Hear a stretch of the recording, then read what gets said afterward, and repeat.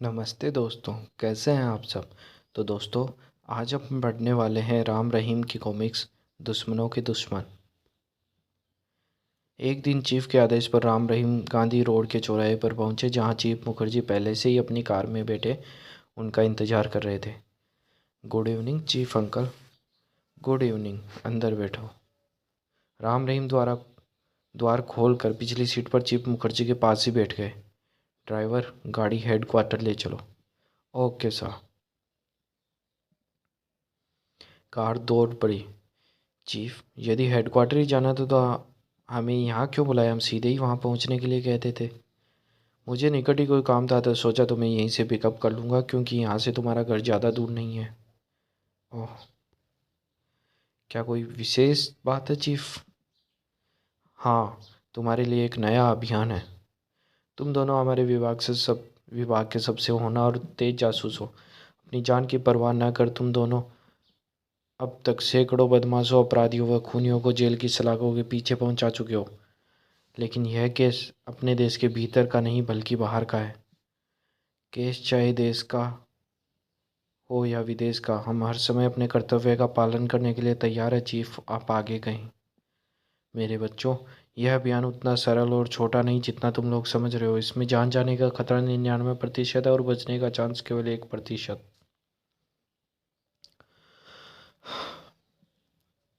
हम 1% को 99% बना देंगे चीफ। आप हमारे प्राणों की चिंता ना करें। रहीम ठीक कह रहा है चीफ, आप आगे कहिए। मुझे तुम पर नाज है बच्चों, इसीलिए तो न चाहते हुए भी मैंने तुम्हें इस अभियान के लिए चुना। सुनो, हमारे देश में एक बहुत बड़े वैज्ञानिक कुछ माह पहले अपने कुछ सहयोगियों के साथ जापान में होने वाले एक वैज्ञानिक गोष्ठी में भाग लेने गए थे, लेकिन एक माह पहले रहस्यमय तरीके से न जाने कहाँ गायब हो गए। कार सीक्रेट सर्विस हेडक्वार्टर के अहाते में प्रविष्ट कर गई। जब उनके सहयोगियों से हमें इस बात का पता चला तो हमारे देश के जासूसों ने तुरंत छानबीन करना शुरू कर दिया। काफ़ी छानबीन और दौड़ धूप के पश्चात यह मालूम करने में सफल रहा कि उनका अपहरण कर उन्हें काले टापू ले जाया गया है और वे वहाँ कैद है।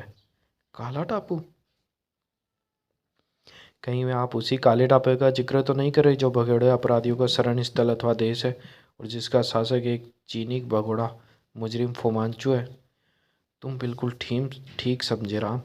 वह टापू उसी चीनी मुजरिम फोमांचू द्वारा ही बसाए गए और वहाँ के रहने वाले व्यक्ति सभी अपराधी हैं। एक बार वहाँ जाने वाला वापस नहीं लौटता और न ही कोई देश फूमांचू के अंदरूनी मामलों में दखल दे सकता है। लिफ्ट ऊपरी मंजिल की ओर चल पड़ी। उसकी अपनी सेना और अपना कानून है। उससे बहुत से देशों के ऊंचे ऊंचे वैज्ञानिकों को प्रलोभन देकर अपनी ओर मिला लिया है और अपने टापू को हर प्रकार के वैज्ञानिक उपकरणों से सुसज्जित करने में लगा हुआ है। यह हम भी सुन चुके हैं चीफ। लिफ्ट चौथी मंजिल पर जाकर रुकी और तीनों बाहर निकले। अब वर्तमान स्थिति यह है, उसने विज्ञान में बहुत उन्नति कर ली और यह उन्नति भयानक अस्त्र शस्त्र बनाने की दिशा में की है। इससे वह विश्व के सबसे बड़ा खतरा बन गया है और विश्व को डर है कि वह किसी भी समय इन घातक हथियारों का प्रयोग अपनी शक्ति प्रदर्शन के लिए उन पर कर सकता है और विनाश मचा सकता है। क्या विश्व में उसे इस दिशा में रोकने की कोई कार्रवाई नहीं की चीफ? हर देश में काफ़ी चेष्टा की गई लेकिन आज तक किसी को सफलता नहीं मिली, क्योंकि फोमांचू ने अपने टापू की सुरक्षा का काफ़ी ज़बरदस्त प्रबंध किया हुआ है और बगैर उसकी इच्छा के कोई भीतर प्रवेश नहीं कर सकता। ओह, हमारे देश के वैज्ञानिक का अपहरण करने का उद्देश्य? इसके अलावा और क्या सोचा जा सकता है कि वह उनसे भी कोई इजाद करवाना चाहता है? वैसे इन दिनों वे किसी तरंगों के प्रयोग में लगे हुए थे, ऐसी तरंगों के प्रयोग में जो बादल की तरह फैलकर किसी भी बाह्य वस्तु को अपने से पार न होने दे। इन तरंगों का महत्व तुम अच्छी तरह समझ सकते हो। ओह, तब तो फुमांचू अपने लाभ के लिए इतना इसका बहुत ज़बरदस्त प्रयोग कर सकता है, लेकिन क्या यह संभव है कि ये उसके लिए काम करने के लिए तैयार हो जाए? फिलहाल इस संबंध में कुछ कहा नहीं जा सकता। वैसे तो हमें विश्वास विश्वास है वे फोमांचू के लिए काम नहीं करेंगे, लेकिन इस बात से भी इनकार नहीं किया जा सकता कि फोमांचू यातनाएं देकर उन्हें अपने कदमों पर झुकने के लिए मजबूर कर दे। इसीलिए आप चाहते हैं कि फोमांचू के अपने उद्देश्य में कामयाब होने से पूर्व ही हम उन्हें उनकी कैद से छुड़ा लें। बिल्कुल ठीक समझे। यही नहीं, बल्कि जितना फोमांचू को नुकसान पहुंचा सको पहुंचाना है। लेकिन चीफ, आपने अभी तक उस वैज्ञानिक का नाम आदि तो बताया ही नहीं जिसकी तलाश में हमें जाना है। ओह, एक मिनट ठहरो। चीफ ने दराज खोलकर उसमें से एक लिफाफा निकाला, उसमें से एक फ़ोटो निकालकर राम रहीम की ओर बढ़ा दी। अच्छी तरह पहचान लो, ये वही वैज्ञानिक है जिसकी खोज में तुम्हें जाना है। फ़ोटो देखते ही राम रहीम बुरी तरह चौंक उठे। प्रोफेसर घोष? ठीक पहचाने, ये प्रोफेसर घोष ही है। हम तैयार है चीफ। हम आपको विश्वास दिलाता है कि मर जाएंगे या फिर प्रोफेसर घोष को फुमांचू के टापू से छुड़ा कर ही लाएंगे। साथ ही फुमांचू की ऐसी तैसी करेंगे। आप आदेश करें, हमें कब जाना है? शाबाश, मुझे तुमसे यही उम्मीद थी। मैंने तुम दोनों के जाने का सारा प्रबंध कर दिया है। कल रात एक सैनिक विमान तुम्हें काले टापू के निकट छोड़ देगा। टापू के भीतर पहुंचना तुम्हारा काम है।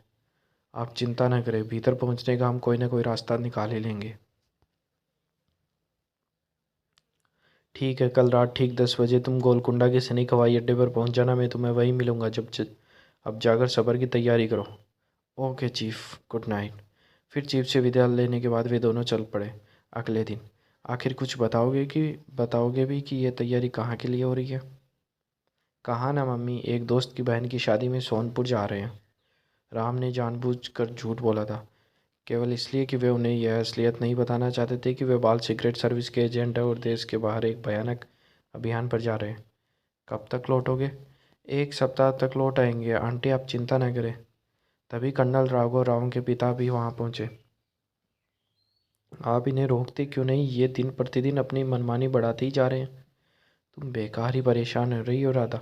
जाने दो, ये अब दूध पीते बच्चे नहीं है जो इन्हें कोई उठाकर ले जाएगा। आर्मी में होने के कारण कर्नल राघव एक मजबूत दिल इंसान थे। फिर राम और रहीम को मैंने इतनी ज़बरदस्त ट्रेनिंग दी है कि ये ताकतवर से ताकतवर दुश्मन का भी मुकाबला कर सकते हैं। इन्हें तैयारी करने दें। आओ मेरे साथ। और फिर ठीक 10 बजने से कुछ मिनट पहले वे गोलकुंडा सैनिक हवाई अड्डे के बाहर एक टैक्सी से उतरे। जल्दी आओ रहीम, 10 बजने में केवल 3 मिनट शेष हैं। चिंता मत करो, दौड़ लगाने में मैं बहुत तेज हूँ। भीतर हवाई पट्टी पर विमान के निकट ही खड़े चीफ मुखर्जी उन्हीं का इंतजार कर रहे थे। जाने क्यों पहली बार उनकी आंखों में आंसू दिखाई दिए। विमान उड़ान भरने के लिए तैयार है मेरे बच्चों। जाओ, मेरा आशीर्वाद तुम्हारे साथ है। ईश्वर तुम्हारी रक्षा करे। और हाँ, तुम्हारा विशेष सामान 2 किट बैगों में तुम्हें अंदर ही मिल जाएगा। तब फिर उस सामान को संभालिए चीफ। इसे हम दिखावे के लिए अपने साथ लेते आए थे ताकि मम्मी डैडी को कोई संदेह ना हो पाए। चीफ से विदा लेकर राम रहीम विमान में जा बैठे और विमान उन्हें लेकर काले टापू की ओर उड़ चला। लगभग 3 घंटे की उड़ान के पश्चात तैयार हो जाओ। हिंदू हिंदुस्तान के बेटों, काला टापू आ गया। तुम्हें हवाई छतरी द्वारा नीचे कूदना है। राम रहीम बराबर की खिड़की से झांके। उन्हें अंधेरे में डूबा शहरनुमा एक टापू दिखाई दिया। वह सामने दिखाई देने वाला शहरी काला टापू है। क्या आप हमें नज़दीक से टापू का निरीक्षण नहीं करा सकते? मुश्किल है, फिर भी कोशिश करके देखता हूँ। वैसे मुझे विश्वास है कि टापू के ऊपर पहुंचते ही विमान पर आक्रमण होगा। अपनी उड़ान कौशलता दिखाते हुए चालक ने विमान को तेज रफ्तार से उड़ाते हुए टापू पर गोता खिलाया। यह तो बिल्कुल किसी बड़े शहर के समान है। इधर काले टापू पर बनी एक विशाल इमारत में मिस्टर माइक, तुरंत कर्नल डॉन से संपर्क करो। एक विमान हमारे टापू की ओर आ रहा है। Okay mister John. वह तुरंत यंत्र पर कर्नल डॉन से संपर्क जोड़ने लगा। Hello hello colonel Don, control room में मैं माइक बोल रहा हूँ। उसके सामने स्क्रीन पर कर्नल डॉन की तस्वीर हो गई। क्या बात है मिस्टर माइक? सर, एक विमान हमारे टापू की ओर आ रहा है। ओह, तो तुम उसकी गतिविधियों पर नज़र रखो और सीमावर्ती सैनिकों को संपर्क करो। यदि वह टापू पर आगे आने की कोशिश करे तो इसे नष्ट कर दिया जाएगा। Yes sir. इधर दूसरे स्क्रीन के सामने बैठा जॉन। अरे, वह विमान तो हमारे टापू की सीमा में प्रविष्ट हो गया। आक्रमण का आदेश दो। बहुत अच्छा। अगले ही पल, ओह, उन्होंने गोलीबारी आरंभ कर दी। जल्दी विमान को ऊपर उठाइए। बहुत मुश्किल है, वे चारों ओर से गोलीबारी कर रहे हैं। पायलट ने विमान को बचा ले जाने की कोशिश तो की बहुत की, लेकिन सफल नहीं हो पाया। विमान ने आग पकड़ ली। विमान नष्ट होने ही जा रहा था, हो जा रहा है। जल्दी कूद जाओ। और आप? मेरी चिंता मत करो, जल्दी कूदो। विमान में किसी भी समय विस्फोट हो सकता है। क्षमा करना पायलट अंकल, हमारी वजह से आप खतरे में फंस गए। और फिर अगले ही पल एक बार तो किसी तीर के समान उनका शरीर धरती की ओर बढ़ा, जैसे धरती से टकराकर उनका शरीर खिलखिला हो जाएगा, लेकिन तभी एक झटके के साथ उनकी पीठ पर बंधी हवाई छतरी खुल गई। शुक्र है छतरी ने धोखा नहीं दिया। उधर चलता विमान धरती से जा टकराया। उफ, बेचारे पायलट अंकल अपने कर्तव्य पर कुर्बान हो गए। राम रहीम सकुशल धरती पर पहुंच गए। रहीम, जल्दी से छतरी को अपने से अलग करो।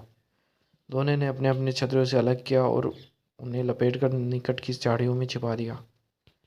यदि सैनिकों ने हमें विमान से कूदते देख लिया होगा तो ये यहाँ आते ही होंगे। चलो सामने वाले पहाड़ियों की ओर चले, वहाँ हम आसानी से छुप सकते हैं। ठीक है चलो। राम का संदेह ठीक था। कंट्रोल रूम में स्क्रीनों के सामने बैठे सैनिक विमान को नष्ट होते और राम रहीम को छतरियों के सहारे अपने टापू पर उतरते देख चुके थे। मिस्टर माइक, कर्नल डॉन को सूचित कर दो हुए 2 व्यक्ति उत्तरी क्षेत्र में कहीं उतरे हैं, लेकिन हम उनकी पोजीशन देख नहीं पा रहे। अभी करता हूँ। सुरक्षा सैनिकों के चीफ कर्नल डॉन को जब सारी स्थिति का पता चला। सुनो मेजर कुंगा, विमान से कूदने वाले दोनों व्यक्ति उत्तरी क्षेत्र में गई हैं। सुरक्षा सैनिकों को सतर्क कर दो और स्वयं उसकी खोज करो। Yes sir. उसके बाद डॉन अन्य अफसरों की ओर मुड़ा। और आप लोग टापू से बाहर जाने वाले तमाम तमाम रास्तों की नाकाबंदी कर दीजिए। वे दोनों मुझे जिंदा चाहिए। Yes sir. उसके बाद सभी ऑफिसर कमरे से बाहर निकल गए। कर्नल डॉन काली टापू के शासक फुमांचू का विश्वस्त सेनापति था, विश्वसनीय सेना साथी था। वैसे वह जर्मनी का एक खतरनाक मुजरिम था। 3 साल पहले जान बचाने के लिए उसने फुमांचू की शरण ली थी। इतना तो मालूम हो गया है कि आने वाला मेहमान भारतीय था और उससे कूदने वाले व्यक्ति 2 थे, लेकिन उनके आने का उद्देश्य मालूम करना पड़ेगा। परंतु चलकर पहले महामहिम की सारी स्थिति से अवगत कराऊं। फोमांचो को पूरी रिपोर्ट देने के लिए डॉन उसके किले पर पहुंच गया। फोमांचो के किले में पूरा एक शहर बसा हुआ था, जिससे उसके विश्वसनीय आदमियों का आवास था। दुकानें व जरूरत की हर चीज़ वहाँ उपलब्ध थी। किले के बीचों बीच फोमांचो का आलीशान महल था। महल के भीतर महामहिम कर्नल डॉन आपसे मिलना चाहते हैं। हम्म, भेज दो। और कुछ देर पश्चात, महामहिम की जय हो। कैसे आना हुआ कर्नल, सब खैरियत तो है ना? कर्नल डॉन ने फोमांचो को सारी स्थिति से अवगत कराया। ओह, यदि वह विमान भारतीय है तो अवश्य वहाँ के जासूस प्रोफेसर घोष के लिए ही यहाँ आए होंगे। प्रोफेसर घोष? मैं कुछ समझा नहीं महामहिम। प्रोफेसर घोष भारत के एक बहुत बड़े वैज्ञानिक हैं जो इस समय हमारी कैद में है। उनकी सेवाओं की हमें सख्त ज़रूरत है, लेकिन अभी वे हमारे लिए काम करने के लिए तैयार नहीं हुए। परंतु हमारे आदमी उन्हें तैयार करने के लिए हर संभव प्रयास कर रहे हैं और मुझे विश्वास है कि वे अपने प्रयत्न में जल्दी सफल होंगे। सुनो कर्नल, जब प्रोफेसर को हम तोड़ नहीं लेते, उन दोनों भारतीय जासूसों को संभालने की जिम्मेदारी तुम्हारी है। उन्हें जल्द से जल्द या तो पकड़ा जाए या समाप्त कर दिया जाए। आप निश्चित रहे महिम, ऐसा ही होगा। लेकिन अभी तक उन्हें यह नहीं मालूम था कि काले टापू पर उतरने वाले जासूस 2 लड़के हैं या आदमी। डॉन के जाने के पश्चात समझ में नहीं आता कि भारत सरकार को इतनी जल्दी यह कैसे मालूम हो गया कि प्रोफेसर घोष हमारे कब्जे में है। जल्दी ही प्रोफेसर को काबू में लाना होगा, वरना मुश्किल हो जाएगी। फिर चिंतित फवांचो सिंहासन से उठकर एक तरफ चल दिया। शीघ्र ही वह एक ऐसे कमरे में पहुंचा जहां एक विशाल लोहे की मेज रखी हुई थी। मेज पर असंख्य स्विच और मीटर लगे थे। उसी मेज के ऊपर सब उससे जुड़ा एक लंबा चौड़ा स्क्रीन था। उस यह उसका निजी कंट्रोल रूम था। यहाँ से वह किले और महल के भीतर का प्रत्येक स्थान देख सकता था। पता नहीं यह भारतीय प्रोफेसर किस मिट्टी का बना है जो टूटने का नाम ही नहीं ले रहा। उसने मेज पर लगे असंख्य बटनों में से एक बटन दबाया। तुरंत मेज के साथ जुड़ा स्क्रीन प्रकाशमान हो उठा और उसमें से एक दृश्य उभरा। वह दृश्य था राजमहल के ही एक अंडरग्राउंड यातना गृह का। ई, अब भी मान जाओ प्रोफेसर, वरना पागल कर दिए जाओगे। और कई दिनों की अमानवीय यातनाओं से जूझते आखिरकार प्रोफेसर घोष भी टूट गए। ठहरो, मैं तैयार हूँ। शाबाश। स्विच ऑफ करो। और स्क्रीन पर देखता फोमांचो प्रोफेसर घोष की टूटते देख प्रसन्नता से उछल पड़ा। दूसरे ही क्षण सामने रखा माइक्रोफोन उठाकर वह बोलने लगा। शाबाश कैप्टन स्कॉट, मैं तुम्हारे काम से बहुत प्रसन्न हूँ। अब दुनिया भर का सुख प्रोफेसर के कदमों में डाल दो और इन्हें अपने प्रयोग के लिए जिस वस्तु अथवा स्थान की ज़रूरत हो वह उन्हें उपलब्ध कराना भी तुम्हारा काम है। मैं चाहता हूँ 1-2 दिन में ही प्रोफेसर अपना कार्य आरंभ कर दें। ऐसा ही होगा महामहिम।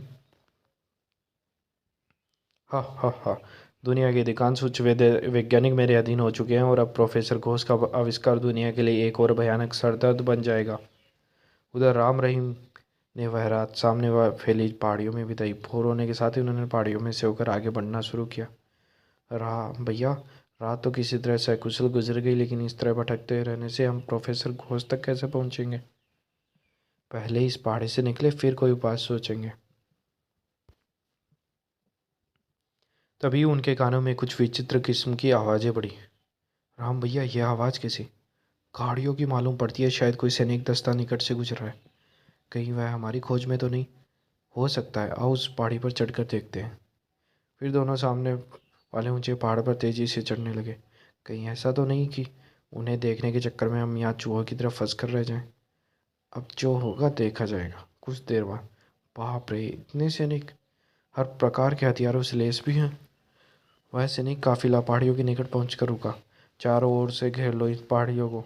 वे दोनों यहीं कहीं छुपे होंगे। कुत्तों की मदद से उन्हें खोजो। Yes sir. जब पहाड़ की चोटी पर मौजूद राम रहीम ने सैनिकों की पूरी पहाड़ी को घेरते देखा तो वे चिंतित उठे। ये तो हमारी खोज में आए। राम, इनके पास शिकारी कुत्ते भी हैं। निकल भागने का भी मौका नहीं। अब क्या होगा? कुत्तों की मदद से उन्हें हम तक पहुंचने में ज़्यादा देर नहीं लगेगी। चिंता मत करो, जब तक जान है मुकाबला करेंगे। दस्ती बम बैग से निकाल लो। जैसे ही वे पहाड़ी दर्रे के भीतर घुसे, फिर राम रहीम जल्दी रहीम को कुछ समझाने लगा। कुछ देर बाद ही शिकारी कुत्ते राम रहीम की गंध सूंघते पहाड़ी दर्रे में घुसे। बहुत से सैनिक हथियार संभाले उनके पीछे थे। तैयार हो जाओ। वे निशाने पर पहुंच गए। और फिर राम रहीम द्वारा फेंकी गई दस्ती बमों ने उन लोगों के परखच्चे उड़ा दिए। कुछ देर बाद ये सब तो खत्म हो गए, लेकिन चारों तरफ अभी बहुत सैनिक शेष है। चिंता नहीं, कुत्ते न होने के कारण वे अब जल्दी हम तक नहीं पहुंच पाएंगे। जब तक अन्य सैनिक हमारी मौजूदगी का अंदाजा लगाकर इस तरफ पहाड़ पर पहुंचेंगे। चलो चलो, इस तरफ दूसरी ओर से निकल चले। ठीक है, लेकिन जल्दी चलो। जब अन्य सैनिक वह मेजर कुंड उस दर्रे पहाड़ी के ऊपर पहुंचे, ओह, लगता है वे वहां से भाग निकले। कर्नल डोर को तुरंत सारी स्थिति से अवगत कराओ। उन जासूसों ने बहुत सी जानें ली हैं। खबर लगते ही कर्नल डो ने हेलीकॉप्टर द्वारा घटना स्थल की ओर उड़ चला। घटना स्थल पर पहुंचकर अपने बहुत से सैनिकों की लाशें देखकर वह क्रोध से पागल हो गया। एक बार वे हरामजादे हाथ आ जाए, फिर उनकी खाल उतार कर मैंने भूस न भर दिया तो मेरा भी नाम कर्नल डोन नहीं। मेजर, निकटवर्ती चौकियों पर खबर कर दो। हो सकता है वे किले की ओर बढ़ने की कोशिश करें। Yes sir. उधर राम रहीम हाथों में गने संभाले पहाड़ियों के मध्य से ही तेजी से एक और बढ़ते चले जा रहे थे। कमबख्त, ये पहाड़ियाँ तो खत्म होने का नाम ही नहीं ले रही।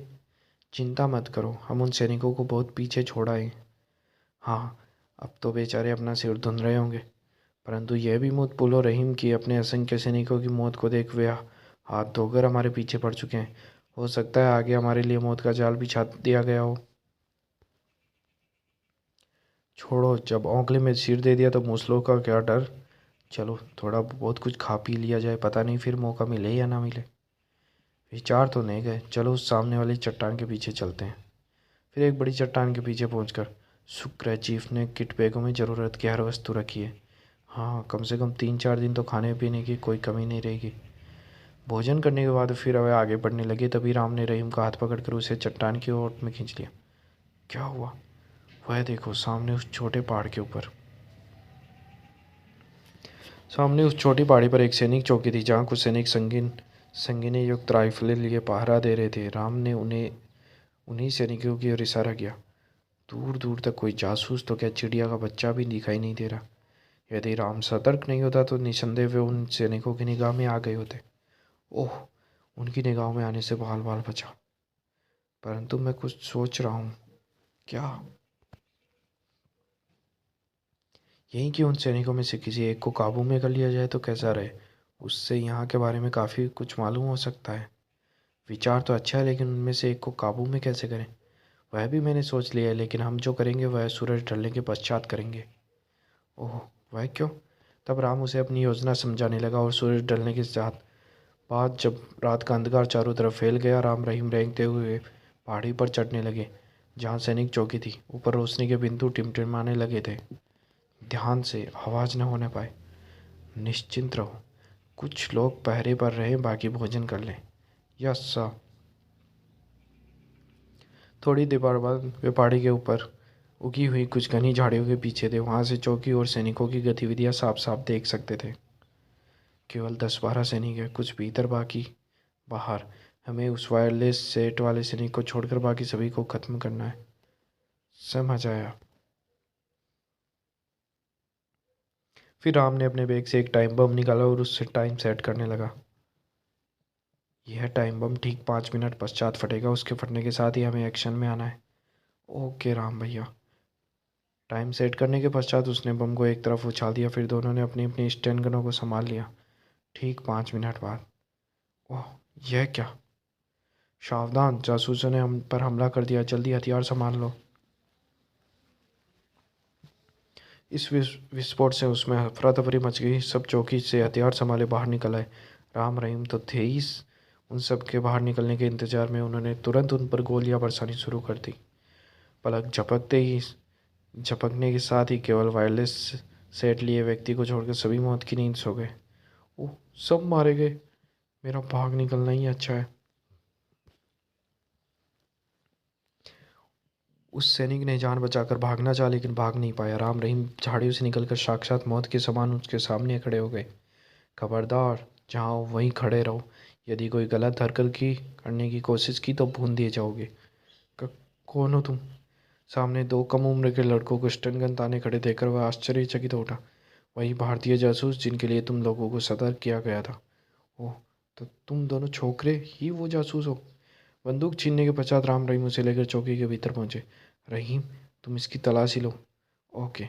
उफ, छोकरे जरूर है, परंतु अत्यंत खतरनाक। लेकिन चिंता नहीं, इनसे आसानी से निपट लूंगा। तलाशी ले आदि ले चुकने के पश्चात। क्या नाम है तुम्हारा? हाँ, होंगू। हमें कुछ सवालों के जवाब चाहिए। मैं तुम्हारे किसी भी प्रश्न का उत्तर नहीं दूंगा। तुम्हारी भलाई इसी में है कि अपने आप को हमारे हवाले कर दो। रहीम तुरंत जेब से शिकारी चाकू निकालकर उस पर झपट पड़ा।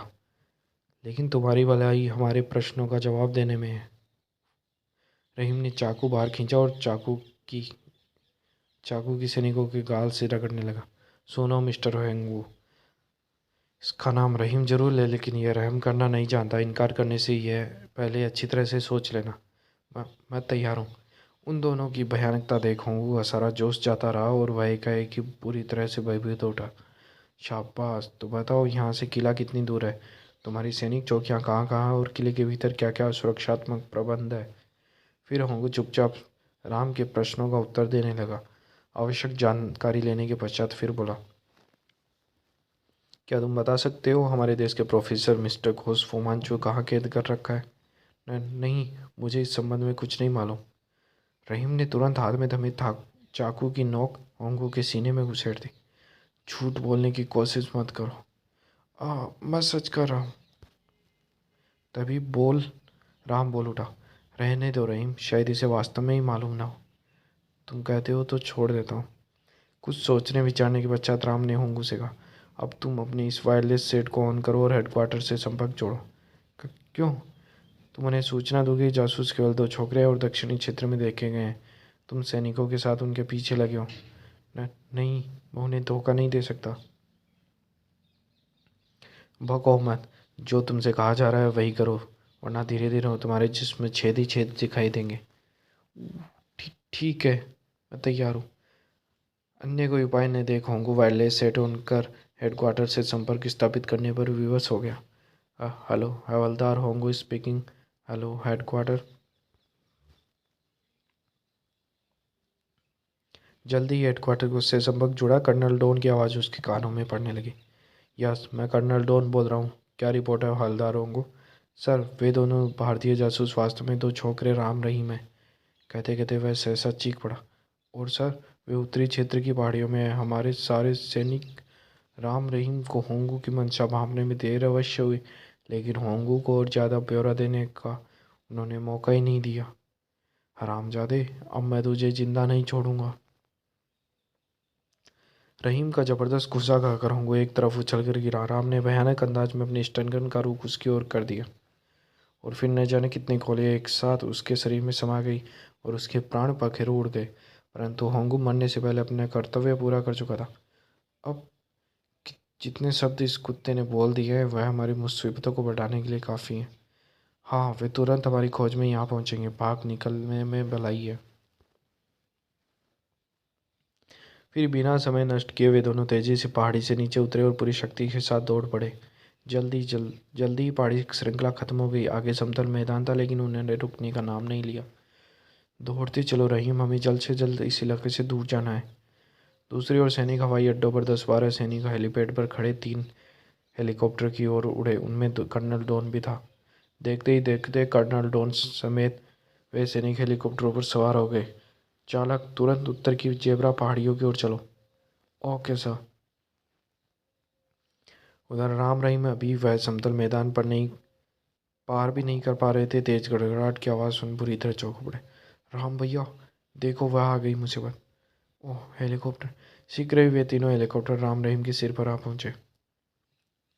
भागो रहीम, वे हमारे ही चक्कर में हैं। कर्नल डोल और अन्य सैनिकों की नजरें नीचे दौड़ते राम रहीम पर पड़ चुकी थी। वे रहे दोनों जासूस छोकरे, खत्म कर दो कुत्तों को।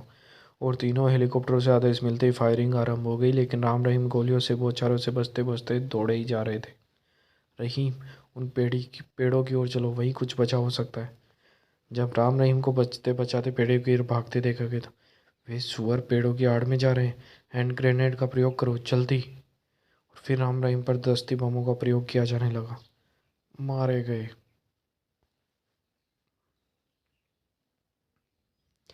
वे शैतान के बेटे मालूम देते हैं ऐसे नहीं मरेंगे। हेलीकॉप्टर नीचे ले चलो, तभी निशाना सही लगेगा। Okay sir. कर्नल डॉन का हेलीकॉप्टर काफ़ी नीचे उड़ान भरता हुआ तेजी से राम रहीम की ओर बढ़ा। राम भैया, वह देखो, अब बचना मुश्किल है। ओह! हेलीकॉप्टर उन्हें कुचलने के प्रयास में आगे बढ़ा। वे दोनों तुरंत जमीन पर लेट गए। हेलीकॉप्टर उनके ऊपर से होता हुआ आगे निकल गया। वापस मोड़ो। हेलीकॉप्टर वापस पलटा। राम भैया, वह फिर लौट रहे हैं। अब तो इससे निपटना ही होगा। रहीम, निशाना साधो। फिर हेलीकॉप्टर जैसे ही दोबारा उनके निकट पहुंचा तो उन्होंने एक साथ अपनी स्टन गनों का मुंह खोल दिया। गोलियां रंग लाई। वो मारा। कर्नल डॉन के हेलीकॉप्टर के परखच्चे उड़ते देख अन्य दोनों हेलीकॉप्टरों में खलबली मच गई। कर्नल डॉन का हेलीकॉप्टर नष्ट हो गया। हेलीकॉप्टर ऊपर उठाओ जल्दी। तुरंत हेडक्वार्टर को सूचना दो। फिर दोनों हेलीकॉप्टर तुरंत काफ़ी ऊंचाई पर पहुंच गए। रहीम, अब वे जल्दी नीचे नहीं आएंगे। निकल चलो पेड़ों की ओर। चलो, वे अब गोलीबारी भी करना भूल गए। फिर दौड़ते हुए दोनों शीघ्र ही पेड़ों के झुरमुट में पहुंच गए। यहाँ ठीक है, अब वे हमें नहीं देख पाएंगे। वह तो ठीक है, लेकिन मुझे डर है कि वे हेलीकॉप्टर से उतर कर यहाँ ना पहुँचे। तब यहाँ से बाहर निकलना भी तो खतरनाक हो सकता है। मेरे विचार में हमें कुछ देर यहाँ रुककर उनकी गतिविधियों पर नज़र रखनी चाहिए। और यदि इस बीच और सैनिक यहाँ पहुँच गए तो वास्तव में तब तो हम फंस कर रह जाएंगे। ठहरो, मुझे सोचने दो। और राम किसी सोच में डूब गया। फिर कुछ सोच विचार कर वह बोला, रहीम, तुम नीचे ही ठहरो, मैं इस पेड़ पर चढ़कर देख जरा इन हेलीकॉप्टरों की स्थिति देख कर आऊँ। उसके बाद जो करना है करेंगे। ठीक है। और फिर राम बंदरों की सी फुर्ती के साथ पेड़ पर चढ़ता चला गया। पेड़ की सबसे ऊंची शाखा पर पहुंचने के पश्चात राम ने चारों ओर दृष्टि दौड़ाई। कुछ ही दूरी पर वे दोनों हेलीकॉप्टर धरती पर खड़े दिखाई दिए। उनमें बैठे सैनिक अब बंदूकें ताने की उन्हीं की दिशा में सावधानी से आगे बढ़ रहे थे। तो इस तरह उन्होंने हमें घेरने की योजना बनाई है। राम फटाफट पेड़ से नीचे उतरा और रहीम को सारी बात बता दी। तब तो हमें तुरंत यहाँ से निकल चलना चाहिए। जब तक वे यहाँ पहुँचेंगे हम यहाँ से दूर जा चुके होंगे। लेकिन मेरे दिमाग में एक और योजना आई है रहीम। वह क्या?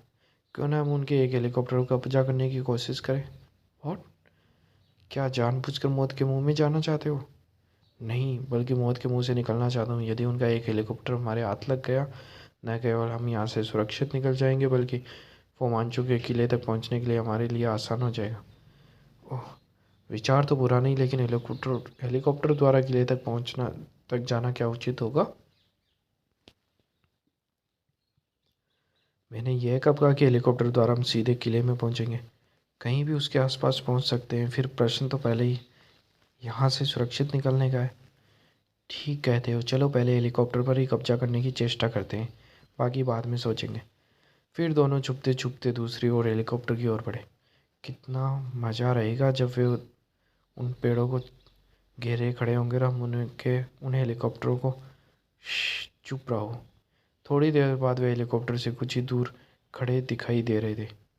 केवल 2 ही सैनिक हैं और उनसे निपटना ज़्यादा मुश्किल नहीं। आपस में विचार विमर्श करने के पश्चात उन्होंने अपनी गनें सीधी की और हेलीकॉप्टर के निकट खड़े दोनों सैनिकों को निशाना लेने लगे। निशाना चूकना नहीं चाहिए रहीम, वरना सब गड़बड़ हो जाएगा। न हेलीकॉप्टर हाथ लगेगा न जान बचेगी। मुझे अपने निशाने पर विश्वास है राम भैया, तुम निश्चित रहो। क्या राम रहीम हेलीकॉप्टर प्राप्त कर सके? राम और रहीम फुमांचो के किले में पहुंच सके अथवा नहीं पहुंचे तो कैसे? क्या वे प्रोफेसर घोष को फुमांचो के टापू से छुड़ा पाए? कर्नल डॉन की मौत ने फुमांचो पर क्या प्रभाव डाला? राम रहीम का खूनी कारनामा जानने के लिए पढ़े दुश्मनों के दुश्मन का दूसरा व अंतिम भाग, आफत के पुतले। तो दोस्तों, ये कॉमिक्स यही समाप्त होती है। मिलते हैं इसके अगले भाग में। धन्यवाद।